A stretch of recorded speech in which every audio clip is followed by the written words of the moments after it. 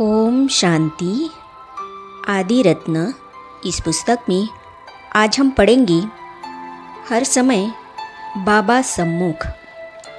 इस विषय पर मुजफ्फरपुर सेवा केंद्र की निमित्त संचालिका ब्रह्मा कुमारी रानी बहन दादी प्रकाशमणि के बारे में अपने अनुभव इस प्रकार लिखती है।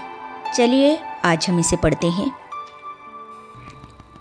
प्राण प्यारी, मनहरणी, सम्माननीय, मीठी मीठी दादी जी की यादें कदम कदम पर याद आती रहती है।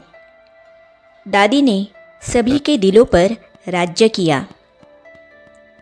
हर समय बाबा सम्मुख। सन 1965 में मुंबई में एक वर्ष दादी के साथ रहने का मुझे मौका मिला, जिसमें देखा कि दादी निरंतर बाबा को याद करती थी। एक दिन की बात है, दादी के सिर में दर्द हो रहा था। मैं बाम लगा रही थी। कमरे में और कोई नहीं था। अचानक दादी ने कहा, रानी देखो, बाबा मेरे सामने खड़ा है। फिर कुछ समय के बाद दादी बोली, सारे दिन में कोई समय ऐसा नहीं होता जब बाबा मेरे सामने ना हो। मैंने पूछा, दादी कौन सा बाबा? दादी ने कहा, दोनों कंबाइंड है ना।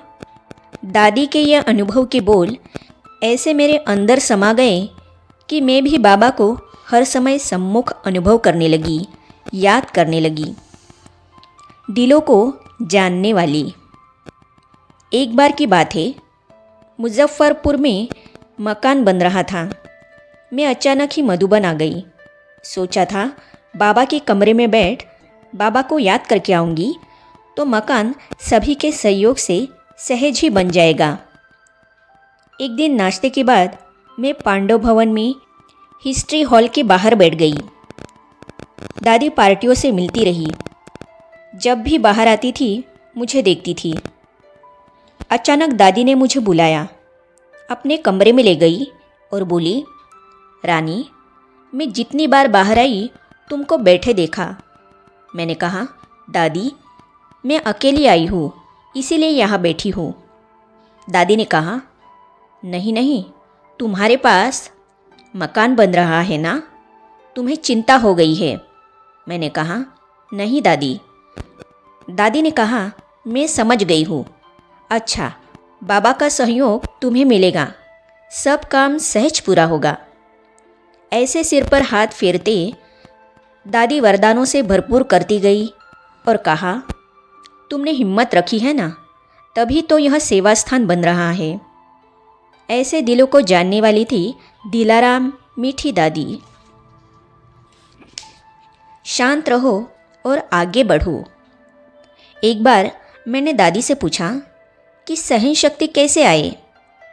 दादी ने कहा, जैसे एक राजा अपने ही चिंतन में मगन रहता है, इधर उधर नहीं देखता, ऐसे ही सदा अपने पुरुषार्थ में मगन रहो तो शक्ति बढ़ती जाएगी। इधर उधर देखने से, परचिंतन करने से सहन शक्ति कम हो जाती है। सदा राजा की तरह रहो। मानो हम लाइन में खड़े हैं। अगर कोई लाइन तोड़कर पीछे से आगे चला जाए तो आगे वाले उसे जाने से रोकेंगे, बोलेंगे, इसी प्रकार आप आगे बढ़ रहे हैं। कोई बोलते हैं, निंदा करते हैं तो सहन करो, शांत रहो और आगे बढ़ते चलो। जब मकान बनकर पूरा हो गया तब दादी स्वयं प्रोग्राम बनाकर मुजफ्फरपुर में आई और उसे वरदानों से भरपूर कर वरदानी भवन बना दिया। महालक्ष्मी दादी के आगमन से सभी खजाने भरपूर हो गए। दादी की मीठी दृष्टि सदा अपने पर अनुभव होती रही है। दादी का हर बोल उमंग उत्साह दिलाने वाला, हिम्मत की शक्ति भरने वाला तथा साथ का अनुभव करने वाला रहा है। लुधियाना की निमित्त संचालिका राज बहन राजयोगिनी दादी प्रकाशमणि के प्रति अपने उद्गार इस प्रकार व्यक्त करती है। रिगार्ड देने का रिगार्ड। दादी मुझे हमेशा राजी कहकर पुकारती थी। मैंने दादी की सबसे बड़ी विशेषता यह देखी कि दादी सबको बहुत रिगार्ड देती थी। ब्रिजेंद्र दादी आती तो दादी दादी कहकर बाजू में बिठा लेती। निर्मल शांता दादी आती तो भी सभी दादियों को इतना रिगार्ड देती थी जो देखते ही बनता था। संगठन बनाने का गुण। दादी के पास कोई प्लान प्रेरणा होती थी तो बहनों से, मधुबन निवासियों से चर्चा करने के बाद ही क्लास में सबके सामने रखती थी। ऐसा लगता था दादी ने उस प्लान में सबकी शुभ भावना शामिल कर ली है। संगठन बनाने का उनका ये गुण मन को बड़ा भाया। रमणीकता। दादी रमणीक थी, बहलाती थी। दादी लुधियाना में आई। एक माता ऊन की टोपी बनाकर लाई।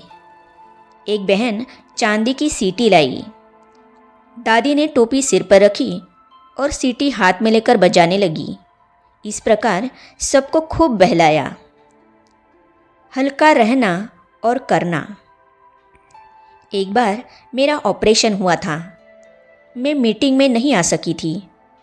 दादी ने एक बड़ी बहन के हाथ बहुत सौगातें और विशेष याद प्यार भेजी। कोई भी बात होती थी दिल से सुनकर पूरा हल देती थी। एक बार मैंने एक समस्या के बारे में दादी से विस्तार से बात की।